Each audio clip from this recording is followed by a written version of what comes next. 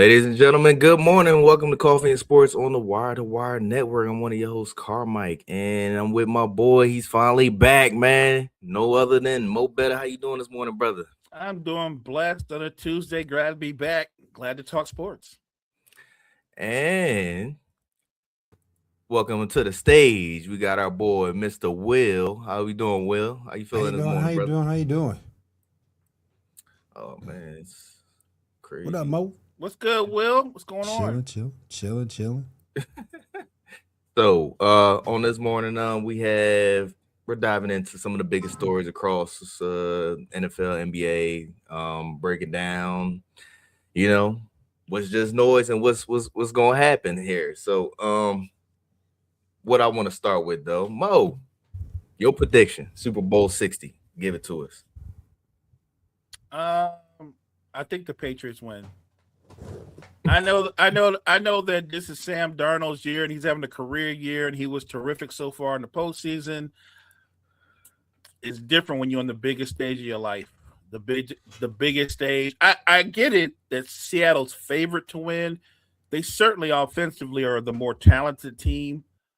But I think the Patriots. I feel like this is just a great run, and I think it's one of those things where when you build up that kind of momentum, especially that defensive battle they had in the snow versus the Broncos, I just think the Patriots are motivated and galvanized. Um, I hate this term, but I think it fits them. This particular Patriots team, I think it's a team of destiny. I'm going to make a prediction. Not only do the Patriots win, I think Sam Darnold turns the football over at least twice, At least twice? maybe three times, but at least twice. Wow. So, Will, are you surprised Drake May is this good this fast? No. Definitely had the talent coming through. And all it takes is one coach who takes that interest and put that faith in you, and that can make that player be better almost exponentially. I'm not shocked at all that Drake May is where he is right now. We'll see if the Patriots can continue to build behind that, give him another receiver, and we'll see if he continues to get those weapons to continue to improve. Mo, thoughts on Drake May? You surprised he this good? Um, I don't think anybody ever doubted his talent. It seems like he made a major leap this year, obviously. I don't know if it's all on Vrabel because Mike Vrabel's not an offensive mind. I think he's a great coach and a motivator, but he's not an offensive mind coach. And really, when you look at the Patriots offense, they're not really a prolific offense. They don't have a top 10 wide receiver. They have good wide receivers. They don't have a top 10 running back. They have good running backs. Their offensive line. You don't think Diggs is at least top 15 in the league right now? All right. Well, I don't, but to be nice, let's say he is top 15. He still ain't top 10. I said top 10, so he ain't top 10. And look, really being top 15 is generous for a guy who didn't even have 1,000 yards receiving. So, he ain't no damn top 15. Man. He right now, what Diggs is a good veteran receiver. He is the leader of that receiving core. I'm not even sure he's the best receiver, but he's the leader of that receiving core. It's weird because at this stage of his career, Diggs is more of the receiver that moves the chains. He don't make a lot of plays deep downfield, but he'll get you that tough 8 or 9 yard catch when you need it. And I think that's what he is. They're a good offense. They're just not a prolific offense. Even Drake May, while he's had an amazing season, it just tells you where football is at versus where it was when Tom Brady was as young as Drake May was, and he was running the Patriots offense before he became like the best quarterback in football. I look at Drake May and his numbers are impressive, but then you look at where football is. Everything is skewed toward the passing game. It's very hard for a quarterback who's halfway decent in today's NFL not to throw for 3,800 or 4,000 yards. Matter of fact, if you throw for less than 38 or 4,000 yards, people look at you and go, "What's wrong with you?" Like the only quarterback that can get away with that is Lamar Jackson. That's because he rushes for damn near 1,000 yards. So I'm impressed with Drake May. But if you're looking at the numbers, I think that the Patriots win football games because their defense makes plays and the offense benefits from it. So, all right, I looked it up, Mo. Diggs is number 12 in receptions and number 16 in yards. He had 1,013 this year. Oh, he barely cracked the. He needs 17 games to get 1,000 yards. God damn, bro. In this NFL, you need 17 games to just crack 1,000. Oh man, Mo. So, what has Sam Darnold proved on this Super Bowl run? To this point, he made the step that he couldn't make just last year with Minnesota. Remember, when he was in Minnesota, prolific offense, a dominant wide receiver, because obviously he had Jay Jettis. The offense was explosive, but he fell apart in the postseason. This particular year with this Seattle team, he's done the opposite. He's managed the offense. He's made big plays. Obviously, he's got JSN, who's almost unguardable one-on-one. Literally, he's that dude. And they have a solid run game. I think their defense is better than the Patriots, but I also thought the Vikings or the Broncos defense was better. What they have is, I think Seattle's the most balanced team in football when you go offense, defense. Sam Darnold's been terrific. And he took a huge leap forward by getting them to the Super Bowl. The only question is, can he finish the job? Because if he gets them to the Super Bowl, guys, and they come up short, won't that feel very similar to what he did with Minnesota? Like, I know he'll be in the Super Bowl, but getting there, that's not completing the job. Getting there and winning the Super Bowl, that would change forever how we look at Sam Darnold. Will, thoughts on Sam Darnold? I just think that he's done a tremendous job being a game manager. The emphasis isn't on him in this offense. It's more on that running game and winning with that defense. Yes, he can move the ball downfield. He's got weapons in JSN, but the emphasis is not on him. It's that run game. That run game gets going. It starts going downhill. That's troublesome. Him connected to JSN, that's going to be another issue for the Patriots. And again, I just feel that for the first time, an offense isn't just centered around what he does, and his expectations can be a little bit lowered compared to who he was in Minnesota. So with that run game and that defense, ain't much he has to do. Don't turn over the football. Move the chains. That's it. Your run game and your defense will finish it up for you. Would you say that Sam Darnold's career could start to be compared to the second coming of a Steve Young type of career? No, I don't think so. That's a little bit of a different case, because Steve Young had a lot more to prove coming from the USFL. He had a little bit more to prove. I mean, as far as, them getting started late in their career, they start making Super Bowl runs, because Steve Young didn't start till he was 8, 9 years in. Yeah. What you think, Mo? Think Sam Darnold going that Steve Young path right now? I think not. I think that's a different case. I think Steve Young, he was on a bad Tampa Bay team, but no one ever denied how talented he was. And obviously he brought another element because of his legs and his ability to be mobile and make plays with his legs. Sam Darnold is not really Steve Young. I think what he's done is impressive. And look, if he wins the Super Bowl going forward, who's to say he won't be a perennial Pro Bowler, from now into in his career? He has a chance to validate himself in his career by making this statement. And by doing this, by the way, it doesn't make the Jets look bad, because the Jets always look bad, but it does make the Vikings look bad. You know what I mean? They were so confident in, we don't need Sam Darnold. We could just plug in JJ McCarthy and we're good. And they're in the Super Bowl, and the Vikings already have made a coaching change. So it makes the Vikings look bad. Well, when I was saying, as far as when I was comparing them to Steve Young, I wasn't really talking about, their play styles. I was more so how Steve Young started with the who he played with? Was it Buccaneers? Buccaneers. Start with the Bucs, yeah. Didn't do much, Had to go and sit behind Montana for some years. Then he got going, Kind of like how Sam Darnold started the Jets. Then he went to the Panthers. Then he went to the Niners. sat behind it. Then sat behind Kyle Shanahan, got him right, obviously. Next, started blowing up with the Vikings last year. And now he's in the Super Bowl, man. I mean, I think coming from where he did, because people were starting to use the word bust. You know, remember back at the time they were saying that about Steve Young. They didn't know what Steve Young was. Sat a couple of years behind Joe, and next thing you know, Steve Young was one of the top 5 quarterbacks in football. So could he be on that trajectory? I don't think it's impossible, but that's on him. I guess you got to do this in stages. Step 1, win this Super Bowl. Then we can have that conversation. All right, so Tom got a question. Will, I want you to answer first. So he asking, you got Carson or you got Sam Darnold?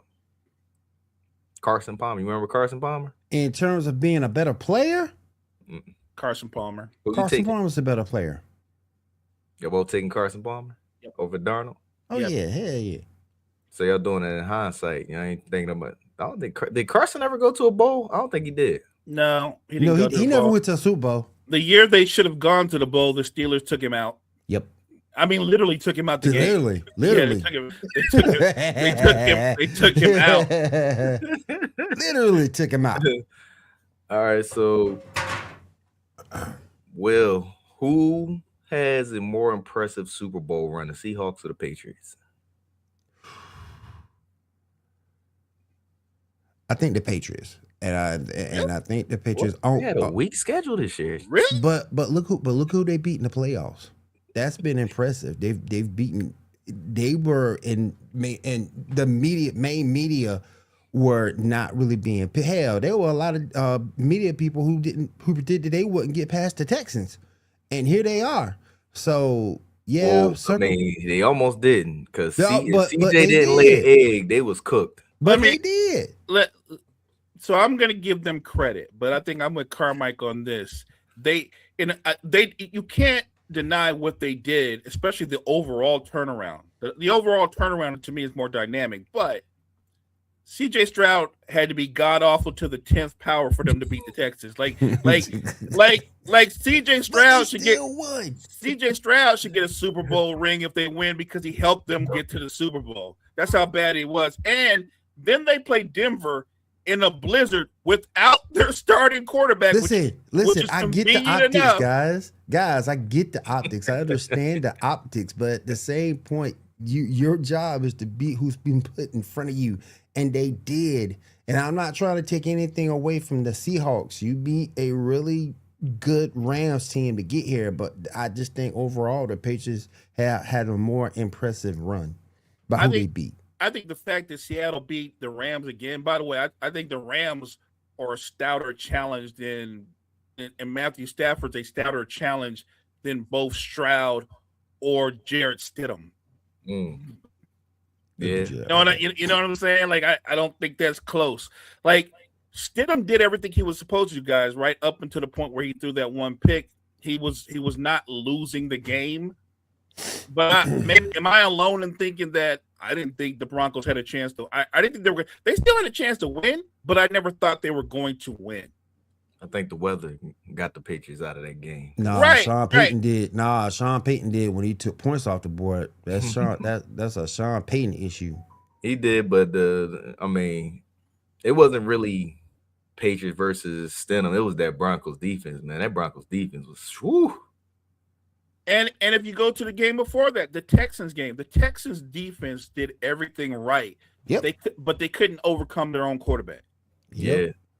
I mean, I still, but you know, I get what you guys are coming from. But to me, I think that's the most impressive thing to overcome those defenses. I think that's impressive. Who you got, Mo? Who's your most impressive for the Super Bowl run? I think it's Seattle. Just because, look, I'm obviously a Niners fan. I knew the Niners weren't a true Super Bowl contender, but they're a good football team. And Seattle completely dismantled them. They dominated them. And then they followed that up by beating. When you play a team 3 times in the same season and you're that closely matched up, it's impressive to have that kind of focus and to be able to win the game the way they did. Like, they didn't stop the Rams offense. But the Rams defense, they took apart. Like, that might be the best game I think Sam Darnold's ever played. He looked not just like a great quarterback, he looked like the best quarterback in football for that game. So let me ask you, whoever wins the Super Bowl, Mo, who will be what would the Super Bowl MVP mean more to, Darnold or May? I think it'd mean more to Darnold because, like I said, if you look at where his career was, the disappointment with the Jets, he's been to multiple teams. He starts to finally have some success with the Vikings. It's weird. It's very rare that a quarterback has a career year and the team goes, yeah, but we don't need him, and they moved on from it. And then here he goes to Seattle, and he reinvents himself again on another offense, new system, and he's led this team to the Super Bowl. It's a more dynamic turnaround, and I think it's going to mean more because, look, we all agree Drake May is years younger, and he's already made the leap that he's made. Drake May has a lot more time to win a lot more awards and accolades, so I think it means more to Sam Darnold. You don't think it would mean more to May? Because May's getting trashed because of his performance. It's been very weak. I don't even think he got 200 yards passing the entire playoffs. To be fair, he probably played against the two best defenses in football. You still got to perform, don't you? Right, but who's going to throw for 200 yards in a blizzard? Nobody. I think Stenham got close, but he had like 180 something. I thought he had like a negative 180. That was like 186. Yeah. Well, who the Super Bowl MVP gonna mean more to, Darnold or May? Oh, Darnold for sure. For sure. Despite everything he's been through. I mean, you survived being a Jet. Enough said. All right, my last question, Will, I'm gonna start with you about the Super Bowl is, what defense do you trust more? Patriots, Seahawks? Seahawks. Mo? I trust the Seahawks defense more, but I feel like the Patriots defense is more opportunistic. I think that they're literally focusing on finding a way to disrupt the timing of Sam Darnold and JSN. So I expect they're going to be very physical at the line of scrimmage. They're going to reroute him. I'm sure the strategy is real simple. Don't let him beat you. Like he can't have 150 plus receiving yards. So they're going to keep JSN at around 70, 75 yards. If they control him, they control Seattle. Don't they got to control Kenneth Walker too? I mean, he's a good running back, but he's a good running back. He ain't a great running back. It ain't like they got to control Marshall Faulkner. Then let's settle down, man.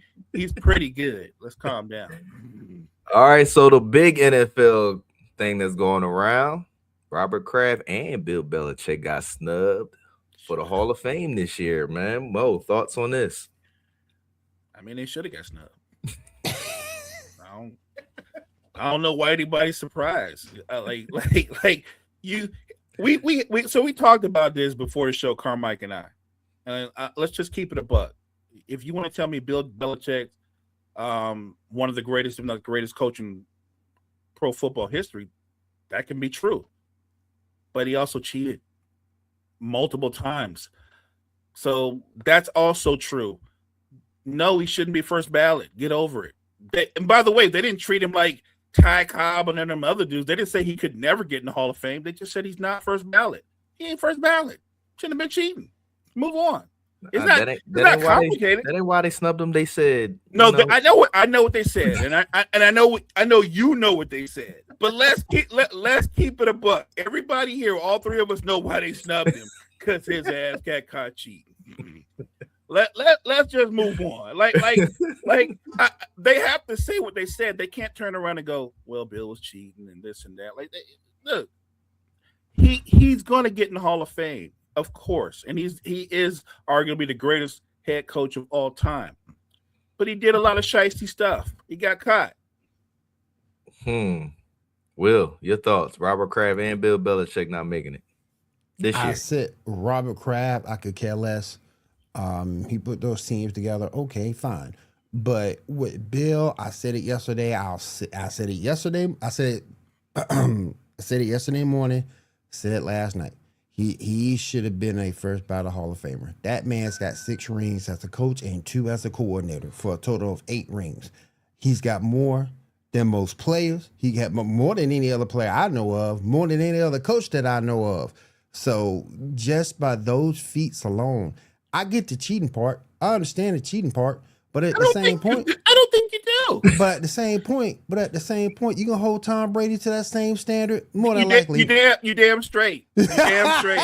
You goddamn straight. You goddamn straight. But I don't think he's the only guy who's cheated, and I don't think he should be the only guy to be. You do know the saying, Will. It's not about everybody else doing it. It's about you getting caught doing it. Yeah. I get that point, and I get that point. But the feats outweigh that to me. Yeah, the feats. How that works? How many other coaches in the NFL's got 8 championships? Will, my problem with your thought process is, yeah, he cheated, but he won 8 Super Bowls, Mo. So come on, 8 Super Bowls, right? But he won 8 Super Bowls. Will, here's the problem though. He got caught cheating, right? But that was the one time he got caught. You think he only cheated like one time? The man won 8 Super Bowls. He probably cheated about 6 of them. Like I say, my opinion. I understand where you're coming from. He should be in. All I'm saying is this: I think the writers, like when they try to make a big deal about Deflategate, and I thought Deflategate was nothing. In my opinion, that was nothing. Nope. But they tried to make a big deal about it because of what happened before that.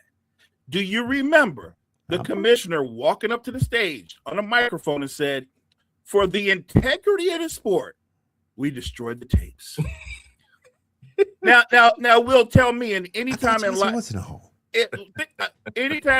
Will, explain to me, when do you destroy evidence? When is evidence so bad you're like, we gotta destroy this? But my point is, and I will stay on that fact. Look at what this man did on the field. Yes, he cheated. Yes, he got caught. But I feel like you're making my point. End of the day, that man got 8. That man got 8 championships. 8. Will, at the end of the day, because he has 8 championships, he's gonna get in the Hall of Fame.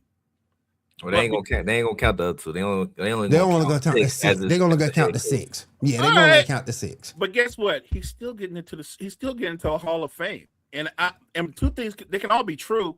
He could be the greatest football coach in the history of pro football. He's also a cheating ass. And he got caught. And if the cheating benefited, and by the way, so before we go into the other side of this, if you benefited from the cheating, which means you the owner, you reap the benefits, you're a cheating ass too. I could care less. I could care less about Robert Kraft. I understand you could care less about him, but to me, I'm talking about everybody. I'm not the kind of guy that goes, let's just point a finger at him. If it benefited you in any way, you shouldn't be first ballot either.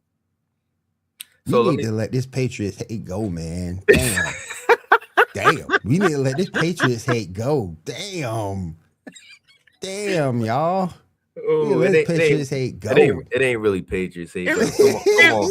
Is it Patriots hate? Like, or I'm just pointing out the obvious. Don't let Will bait you into that, man. Because I know if Will's sitting there, he be playing his video game, League of Legends or World of Warcraft, and he sees somebody cheating. What he doing? He's slamming the table. That's my cheat. Report them and all that. Right. So, Will, that's a good point that Carmike made. So, if somebody beats you, if you play some dude in the game and he beats you 30 times out of 45 times, but you find out that 28 those times he was a cheating ass, you're gonna be like, yeah, but look at all the accolades, Mo. Look what he did. You still gonna defend him? Because I'm not. Mo, get Billy flowers, damn it. I'm giving it. I'm giving it. Give me flowers, damn it. That man living the good life. That man, 88,000 years old, got a 24-year-old girlfriend, coaching the North Carolina Tar Heels. That man living the life. Get that man his flowers. Just remember though, what was them last couple of years with the Patriots? What that looked like? Facts. It did look bad. Man. I know for sure he wasn't cheating in.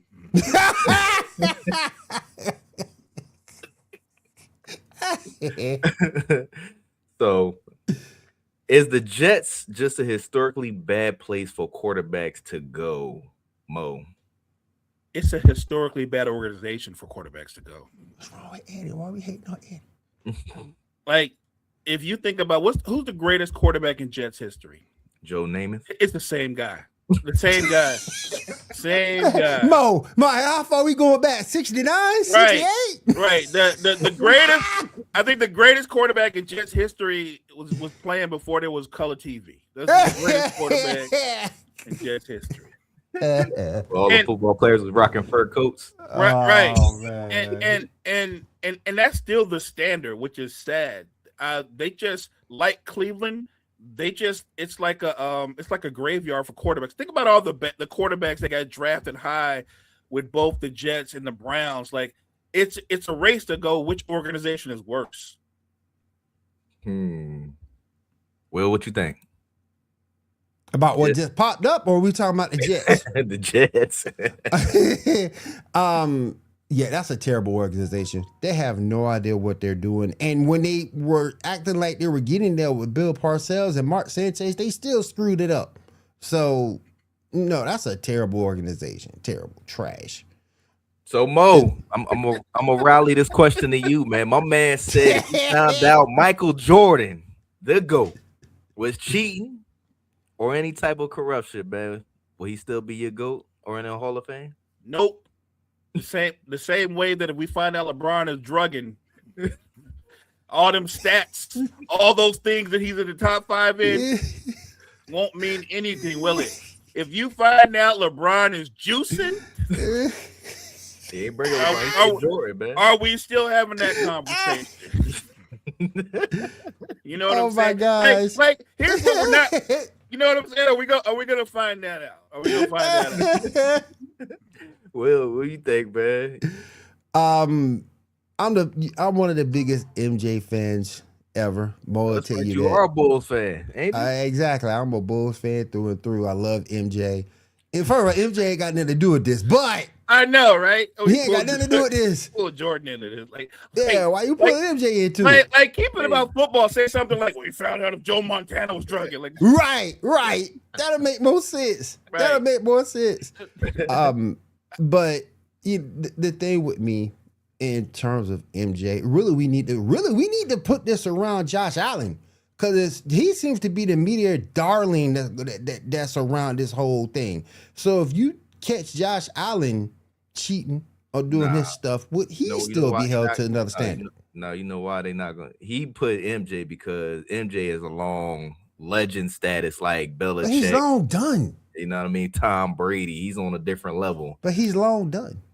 So, but he's asking, would you still respect what MJ accomplished if he found out he was cheating to get there? no, to be a cheating ass. I'm. By the way, I'm not a Bulls fan. Now I could admire Michael Jordan, but if you found out he was cheating, what would we say? We would go, "There's no question Michael Jordan is one of the greatest players of all time." But you can't be the GOAT if you're a cheating ass. All right, so let me ask you this, Mo, since you're a Niners fan. How you feel about when it came out about Jerry Rice using Stickum on his gloves? Yeah, I can believe that. I mean, he's still one of but to be fair to Jerry, he was using Stickum when everybody used Stickum. It was legal. You're not cheating if it's the rules. You remember Lester Hayes? The man wore Stickum. Yep, I remember Lester. He wore Stickum, and he was a great player. So I don't have no problem with that. He wasn't Jerry Rice great, though. Kind of like Barry Bonds. Correct. He wasn't Jerry Rice great, but look at the receivers of today. Do I think it's cheating that they wear those special gloves that have that adhesive that helps them catch footballs better? I don't complain about it. Really not. There was a lot of footballs dropped this year. Lot. Right. But they have those gloves that's supposed to help them, and they still got butterfingers. So I'm not gonna kill Jerry. If I could kill Jerry, I'd kill him for the fact that he's still wearing cornrows with a bald head.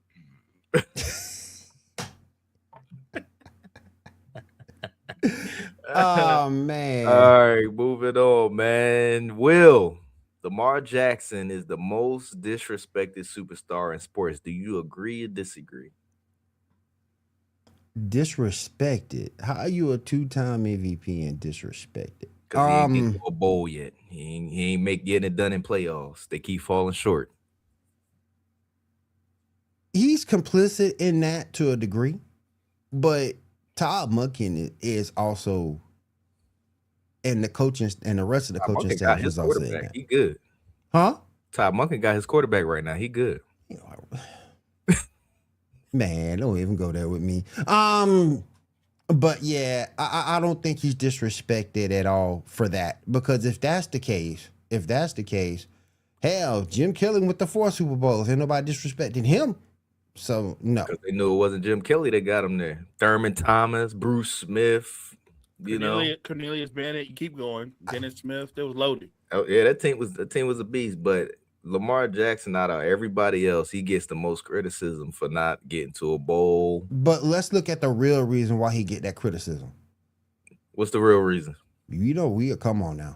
You gonna make me say it? What is the real reason, Will? You gonna make me say it? Oh, so he's talking about the complexion. That's what he's talking about. Yeah, you gonna make me say it? Really? You think that's it? You gonna make me say it? Oh, Look. I just think it puts him into another stratosphere in terms of the fact you won 2-time MVP. But at the same point, you better be at that other level. And I've said it before that I'm tired of seeing somebody winning the MVP not getting to the big game and winning it. I've said that before, but I think that's why he's being held a little bit more to a higher standard than anybody else, because of those MVPs, and he's shown that he's been able to be a consistent winner in the league. Expectations are different for different people. Mo, chime in. What you think? I think Lamar Jackson is not disrespected at all. I think that every great player that elevates to a certain status, then you get held accountable for your successes and failures of your team. I don't think he's disrespected. Lamar Jackson he's like maybe one of the greatest regular season performers in the history of the NFL. But they measure true superstars, they measure quarterbacks or your greatness on what you do in the postseason. Lamar Jackson has repeatedly come up short in the postseason.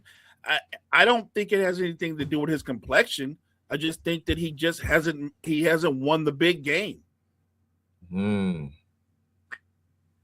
Yeah, I think Lamar does get it a lot more criticism than a lot of the other his peers. As far as Joe Burrow, well, Joe, he ain't get much because he got hurt, but he did make it to a Super Bowl. Josh Allen holds himself accountable in front of the media, so they don't kill him as much. And plus, he's the new golden boy for some reason. Mahomes, he's sitting in the class of his own, man. I don't want to go. I don't want to go back to. I'm just mad at y'all because y'all made me say it. I'm mad at y'all. I don't want to go back to the old subject, but what just got posted, it kind of just proves my point. Right. But what you're leaving out was when Peyton wasn't beating them, they was cheating their asses off.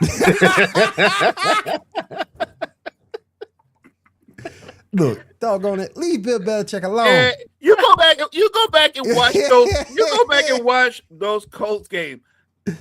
Ty Law ran the routes better than Marvin Harrison because he knew the damn plays.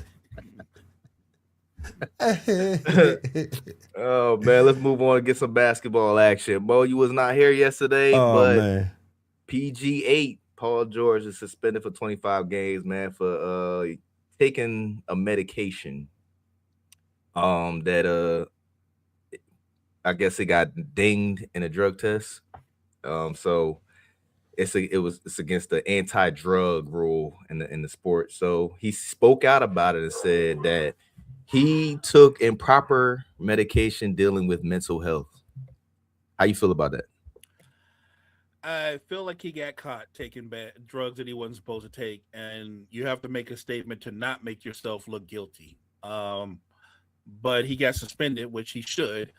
Whether or not he's telling the truth, only Paul George knows. But how many times have we heard an athlete say, I mistakenly took the wrong medicine? Like, you're talking about your mental health. Who mistakenly takes medicine for your mental health? Like, you believe that? Who believes that? Well, he said he mistakenly took improper medication for his health. But hold on. You don't read the label? But Oh, hold you don't know. on. You don't know how to read. But hold Paul? on. But hold on. If I may speak for a second, Mo, I don't mean to interrupt. Go ahead. But the thing with Paul George and the mental health, he's been somewhat of a champion against mental health for years. Now, my thing was yesterday, as I said, it's your fault for not checking with the league to see if this is something that I can take. Because at the end of the day, it's your responsibility for what goes into your body. But if mental health is the reason for him taking it, I get it, because he's been championing that mental health cause since the bubble. So I'm not going to sit here and call him a liar on that because of that truth, but I just hold him more accountable because it's your job as a professional athlete, A, to know what goes in your body, and B, to get that thing checked with the league before you take it. The league has a list of drugs you're not allowed to take. Paul George has been in the league 15, 16 years. You can be both an advocate for mental health and still be lying. I think Paul George can read a label and go, "Oh, I can't take this." Oh yeah, to be fair. But at the same point, are we acting like he the only one that took antidepressants or something like that? That's been in all of whoever dealing with depression. There's a lot of athletes that deal with it. Why is he getting dinged for it? Particularly as a black man. I'm not against anybody doing their very best in terms of maintaining their mental health. And if you need to take something to help you with that, and it's within the league guidelines, we're not having this conversation. Right. That's what I'm saying.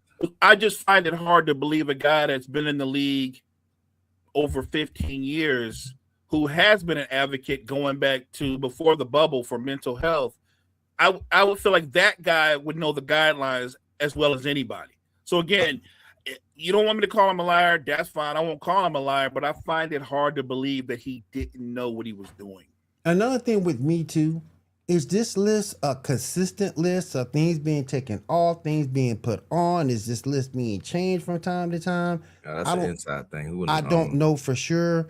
More than likely, it's been tossed around. It may have been Xanax. I don't know, but again, mental health. I get you.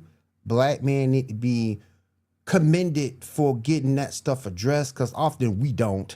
But at the same point, as a pro athlete, it's your job to know what goes inside your body, there it is, and if it's legal to be put there. And that's where he failed. Now, Now, Mo, we can make another argument. Is 25 games too harsh? That man losing $12 million for a first offense. For one, I'm going to say he's the only one to get dinged for a mental health medication. There's other players that do take it because they do need it. This man has been suffering from that since the ball. Clearly, he's on some other end. Josh Gordon got suspended for weed. So clearly he's taking something along the lines of, you ain't supposed to be taking this type of drug. Right. Look, like I said, I'm an advocate for that too, Will. Mental health is something that we don't talk a lot about. And look, Paul George should get his flowers because he has led the way. But on this issue of him getting deemed. Yeah, I get what Carmike is saying. Why is he singled out when you know that other players are dealing with mental health, and I'm sure they have to take some type of medication, which goes back to what I said. Do I believe they single Paul George out? I don't know. I just don't think at this point in his career he's significant enough to single out. Let's also look at the fact that he gets caught and he gets dinged after having his best game ever. Remember, that game before he got dinged, he hit 9 threes. So we've seen this before from Paul George, Pacers Paul George, Clippers Paul George, Thunder Paul George. He's on the back end of his ride in the NBA, man. He's getting that down slope. Meanwhile, my old boy LeBron is starting to elevate. He's starting to get inches above the rim at 40 plus years old now. Yup. I'm not touching that. Knicks dominate the Lakers 112-100, bro. Thoughts on the game, Mo? Nothing new. The Knicks are a better basketball team than the Lakers. The Lakers are not. Here's what the Lakers do. The Lakers, if they can control pace and score, they tend to win. If they get into a fight, a dog fight, and they have to defend, they're going to lose. The Lakers are one of the worst defensive teams in basketball. They can't stay in front of nobody. You can't win and be considered a title contender when 4 out of your 5 starters can't guard anybody. So it is what it is. They're 5-5 their last 10 games, not by accident. That's what the Lakers are. This guy is crazy.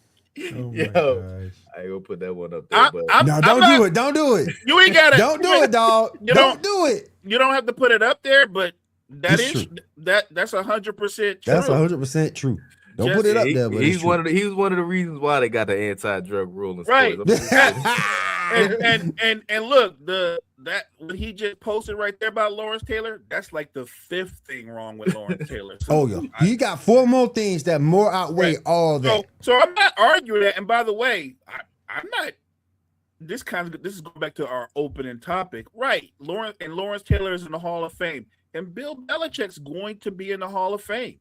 And after 10 or 15 years from now, we're just going to know that Bill Belichick's in the Hall of Fame. We're not going to be like, well, he's in the Hall of Fame, but he didn't get first ballot. We're just going to acknowledge that he's in the Hall of Fame and he's one of the greatest coaches of all time, if not the greatest. So I understand that. He didn't get first ballot. Do you think, Mo, that we need to just, I don't know, cancel these broadcasts? Is anybody watching these shows about the Hall of Fame show? I want to see the numbers on it. I don't think I've seen.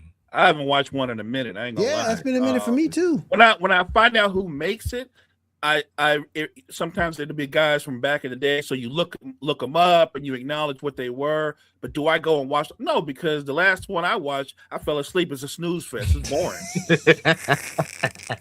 it's boring as hell. I don't want to watch the Hall of Fame. Man. I didn't even watch the last one where they said I think Shannon Sharp's brother finally got in. Sterling Sharp. Oh, by the way, he should have been Great in. Receiver. He should have been in. Great receiver. But they, somebody had to tell me what happened, how he introduced his brother and all that, because I'm not gonna watch the Hall of Fame. I don't know anybody to watch the Hall. It's boring. I don't even know if family members watch the Hall of Fame. It's boring.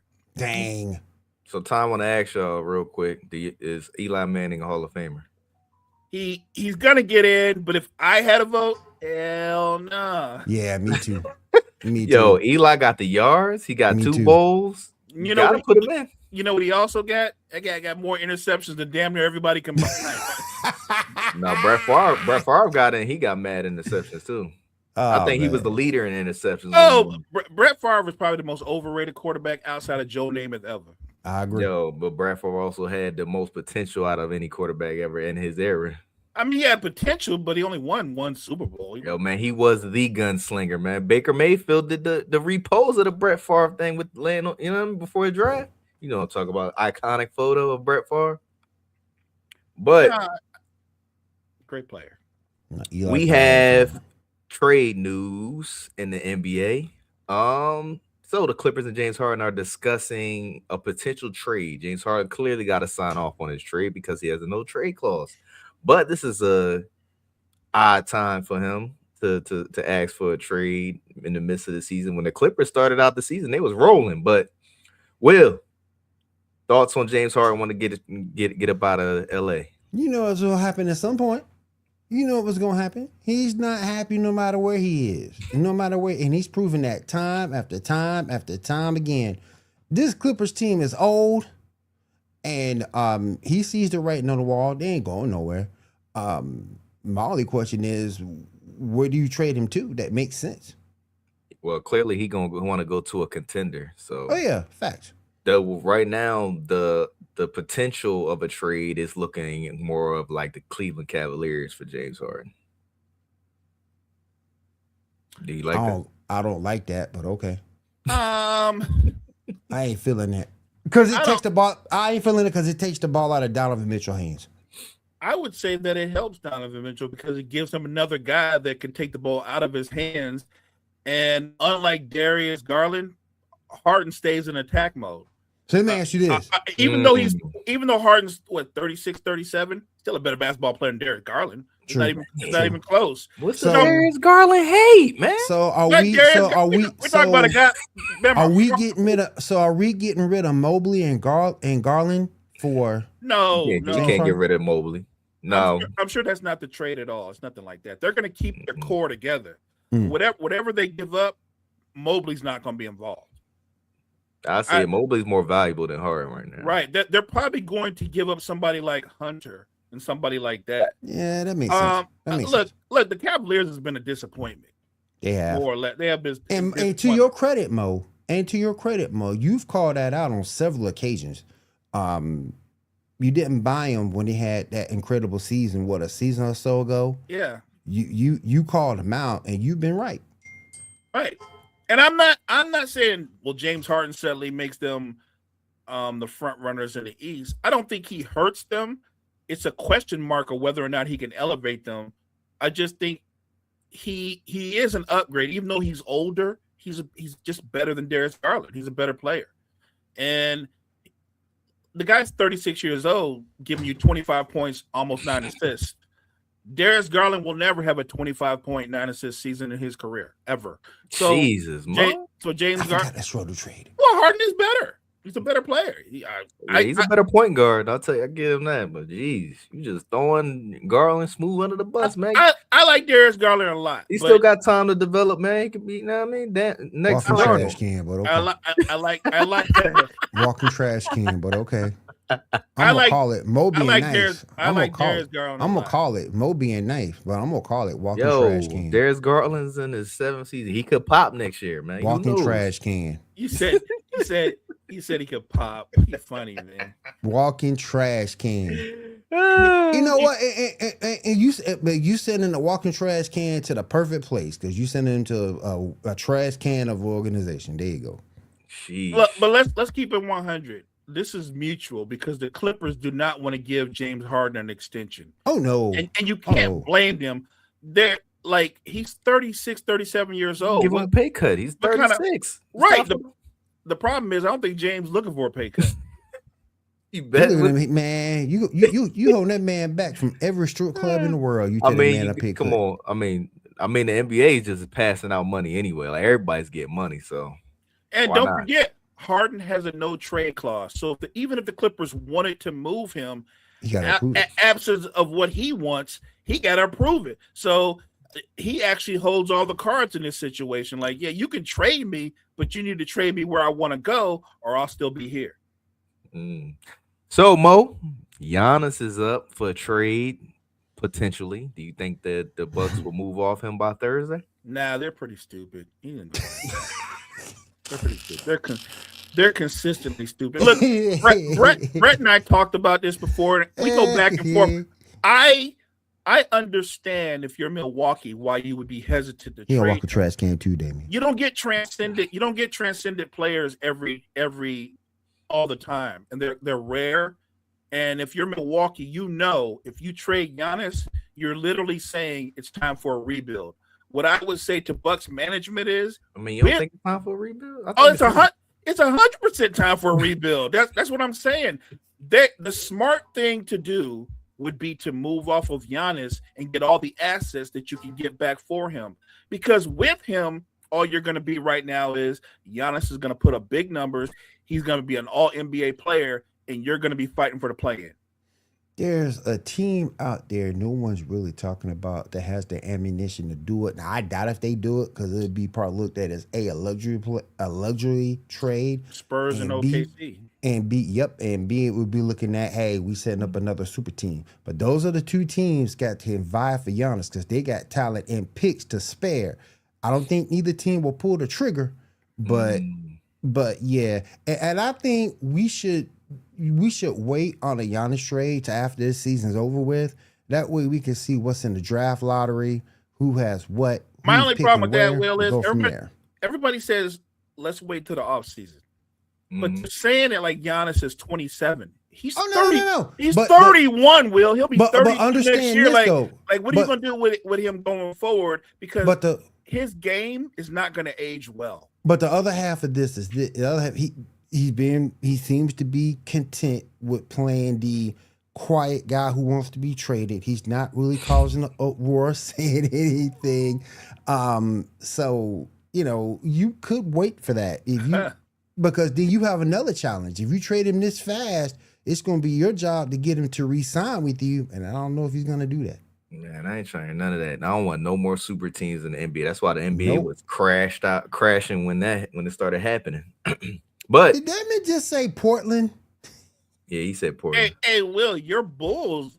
No. That don't make no sense for Giannis. No, because of what you would have to give up. That's what I keep telling people. If you try to trade Giannis to a team where you basically gut the core of a team, that doesn't benefit him because Nope. he basically would be going right back to Milwaukee essentially Exactly. in terms of talent. So Exactly. you have to be able to trade him while not gutting your core. Right. And there's only a couple of teams that can do that. Right. Matt Nagy to the Giants. But moving on, I'm gonna pass the floor to Will to go ahead and do your WWE thing for the people. Mo, did you get a chance to catch Monday Night Raw? I did. I watched it. What you think? What do you think about the show overall? It was fun. I thought it started off wild. It was wild all the way through. The very end, the back and forth between Punk and Reigns. Yeah.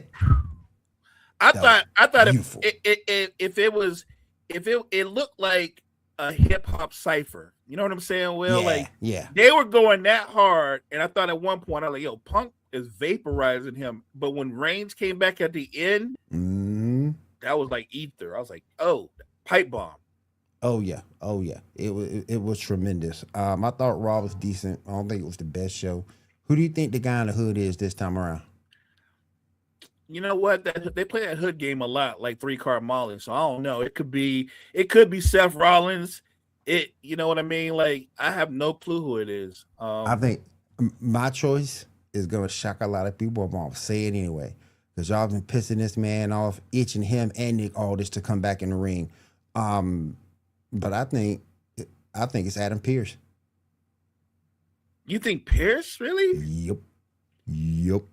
Yo, that would be crazy if it was Adam Pearce. Yep. It might be. If it's Adam Pearce, so that makes for an interesting storyline. I kind of like that one. Because they forcing the issue with both guys, both Aldis and Pierce. And we all know they both used to be competitors, hella competitors. And I think they're young enough to still go in the ring and get it done. So I'm thinking. Are you saying Pierce WrestleMania versus Breaker or Pierce? Yeah. Okay. Breaker. Yeah. Okay. Yeah. But yeah, that's what I'm thinking. Other thing I wanted to ask you about, Mo, what are you thinking about the Judgment Day and how much longer do you think Liv is going to be there? I feel like Liv doesn't need the Judgment Day. You know what I mean? Like she's bigger than the Judgment Day. I think, and you can already tell the fracturing of the what's going on, especially between her and Raquel, right? Yep. The thing about the Judgment Day is, though, I think Finn Balor's leaving already. I think Liv's going to leave soon. Dom's already doing his own thing. Yep. I think the Judgment Day is basically done. About to see the end of the Judgment Day. I do think, though, Liv, it'll be interesting to see who she takes on. Like most people would think she probably would take on Stephanie Vicaire, but maybe she would surprise us. Maybe she goes after Jade Cargill. Yeah. And one last thing, and it was about Jade. She hadn't defended her title in over 100 days. You cool with that? Nah, because after a while, her walking out, flexing her muscles, and walking back up the ramp, that don't do it for me. So, nah, I don't. And I think part of that is, you would agree, she's still not really that good in the ring. You know what I mean? She's very stiff. She's very mechanical. So you have to put her with somebody that kind of highlights her strengths because she's a power wrestler. She doesn't really have a lot of actual wrestling moves. So maybe a smaller wrestler like Liv would be better for her because she could toss her around. Yeah. But I think that the Jade Cargill experiment, I think they rushed her too much. I think they rushed her, Will. I think they should have been more methodical. I think she should have spent time down in NXT. I think the the main play. You know who has more talent than her? Low key, we don't talk about it. Who's more talented? Who I think who would be what they want Jade to be? Lash Legend. Lash Legend is what they want Jade to be, but Jade does not have her skills. Unless you're keeping Lash with Naya for a tag team run, which is possible. So we'll see. But that's all I got, Carmine. So I want to pose the question. Mo, since you're the NBA guy, who is the best player in the NBA right now? For me, it's SGA. Not Wemby, not Joker. Well, I think people want Wemby to be, and I think barring injury, Wemby eventually will be, but they're trying to rush it. He still has kryptonite, and his biggest kryptonite is if you can get into his body, he wants to be a jump shooter all the time. So there are nights when he looks dominant, and there are nights that he disappears because he spends most of his time on the perimeter. Look, Joker statistically will always be the most impressive player in the NBA when he's playing. But I think because SGA is so dominant, not just offensively, SGA is also an all NBA defender. He's not a one-sided player, and he's actually more impressive when you look at it. Look at OKC's roster top to bottom. They're very good across the board, but he doesn't play with like a second superstar. He plays with some very good players. Like Chet's going to make his first all-star team, but Chet's not a dominant player. Like when they try to build up Chet, Chet versus Wemby.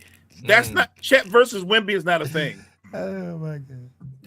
It was, the rookie season. They was going at each other like that. They disliked each other, but no, the dislike is real. It's just that there's a big gap between the talent. Well, yeah. Wemby did, he took off, but Chet still got time to catch up. With Buddhist monk Wemby, the last Airbender. Will, who you think the best player in the NBA is right now? To me, hands down, to me, it's Joker. It's Joker. Joker still? To me, it's still Joker. A healthy Joker can go out there and do a lot of things for you. He can rebound, he can pass, he can score anywhere on the court. Now, is he the best defender in the world? Hell no. But in terms of offensively, for everything he can do, it can help your team down the stretch to win. I gotta go with Joker. I'm not hating. Joker's amazing, but to me, like this, for all the time we complain about guys that don't play defense, we complain about guys only playing one side of the ball. How is it that 2 of the top 5 players in the NBA only play on one side of the floor? That's a good point.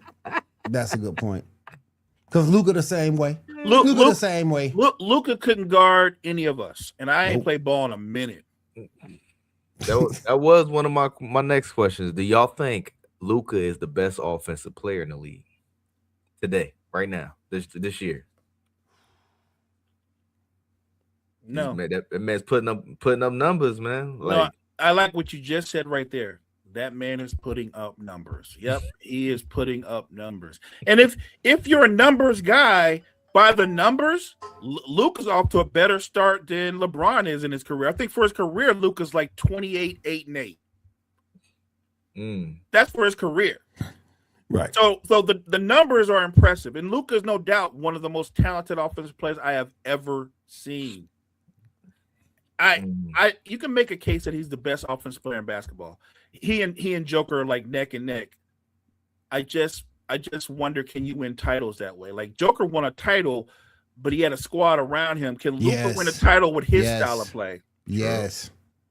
All right, so let me pose this question, Will's the last one before we get out of here. Would you rather build around one superstar, or would you like a deep roster? Give me a deep roster. Mo, what you think? I would build around a superstar. You can go through the history of the NBA teams with deep rosters, absence of a superstar.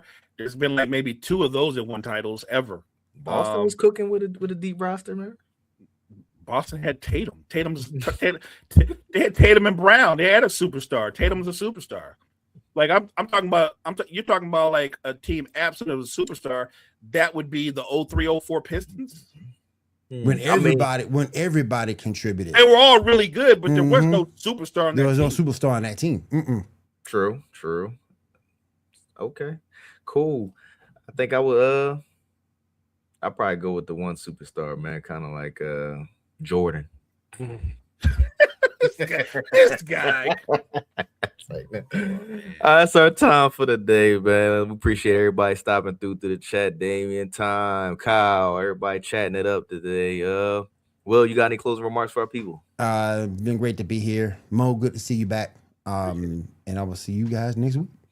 And as always, if you know better, you do better. Close us out. Hey, thank you, chat, for all the energy. The conversation was great. Make sure you check out all the great content that we have at Wide Wire Network.